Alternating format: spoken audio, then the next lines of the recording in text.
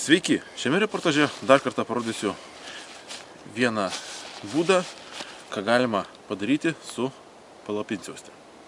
Taigi palapinsiaustė yra universalus dalykas, kai kurie žmonės sako, kad palapinsiaustė yra taip pat svarbu kaip AK-47 automatas, bet mes nesigilinsim į tos dalykus, tai parodysiu variantą, kaip iš palapinsiaustės pasidaryti pasagos formos krepšį. Tai yra labai panašus dalykas, kaip kažkada anksčiau rodėme reportaže apie vilnonės antklodės ritinėlį, kuriame yra daiktai. Tai labai panašus dalykas galima padaryti ir iš palapinsiaustės. Bet šiek tiek kitokios formos ir šiek tiek kitaip viskas vyksta. Taigi, visų pirma, palapinsiaustė mums reikia išsitiesti ant žemės. Nieko nepaudžiant, tiesti žemės. Štai matote, palapinsiaustė ištiesta ant žemės, tada tai yra mano daiktai. Mes šiek tiek paimprovizuosim ir vienas iš daiktų tai bus mano džemperis.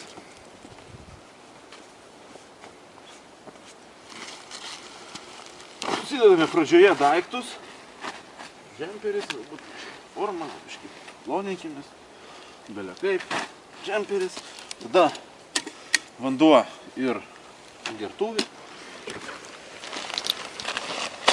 maisto maišelis, kuriame yra makaronai, konservas, prieskoniai.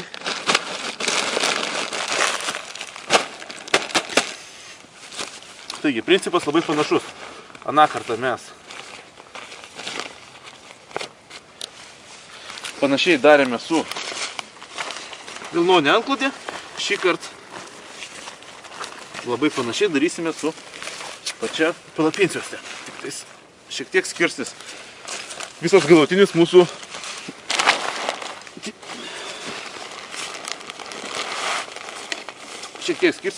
galutinė mūsų išvaizda.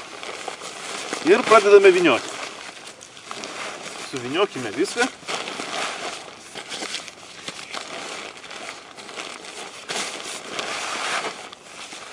Tam reikalui reikės virvučių. Prie mano palapinsiaustės yra pakankamai daug virvučių, 6 virvutės ir viena centrinė. Tai aš 4 jas pasiimu, atsidedu į šalį, vynioju toliau, kol prie kitų prieisiu. Centrinės man virvutės nereikia.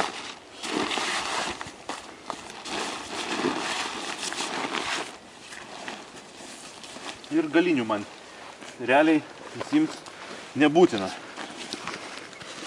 Dabar, ką toliau darau? Užrišu vieną galą su tenais esančiais šniuriukais. Užrišu belia kaip, tiesiog paprastas batų mazgas, kad būtų patogiau ir greičiau patekti. Ta pati darau ir su kitu galu.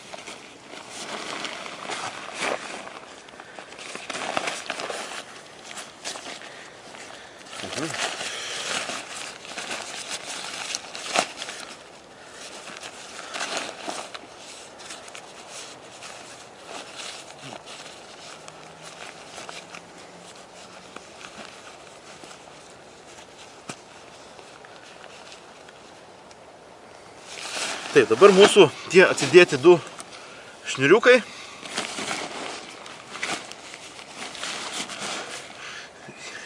Jais surišame palapinsiaustę maždaug į 1/4.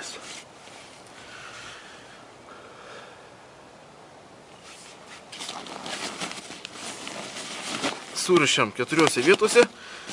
Tai yra kraštai ir 2 vietose per vidurį.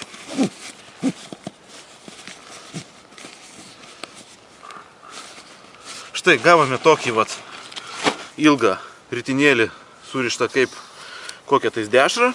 Tada iš kur atsirado pavadinimas pasagos formos krepšys. Kadangi nešti jį reikia, persimetus per petį. Persimetus per petį. Dar su viena virvutė galim būtų susirišti viską. Štai šitaip ir gautųsi tokia kaip ir petinė kuprinė. iš paprastos palapinsiaustės. Taigi, dar vienas variantas, kaip palapinsiaustę galima būtų panaudoti naudingai. Ir tai dar patvirtina, kad palapinsiaustė yra universalus ir labai patartinas turėti dalykas. Tai tiek šiam kartui.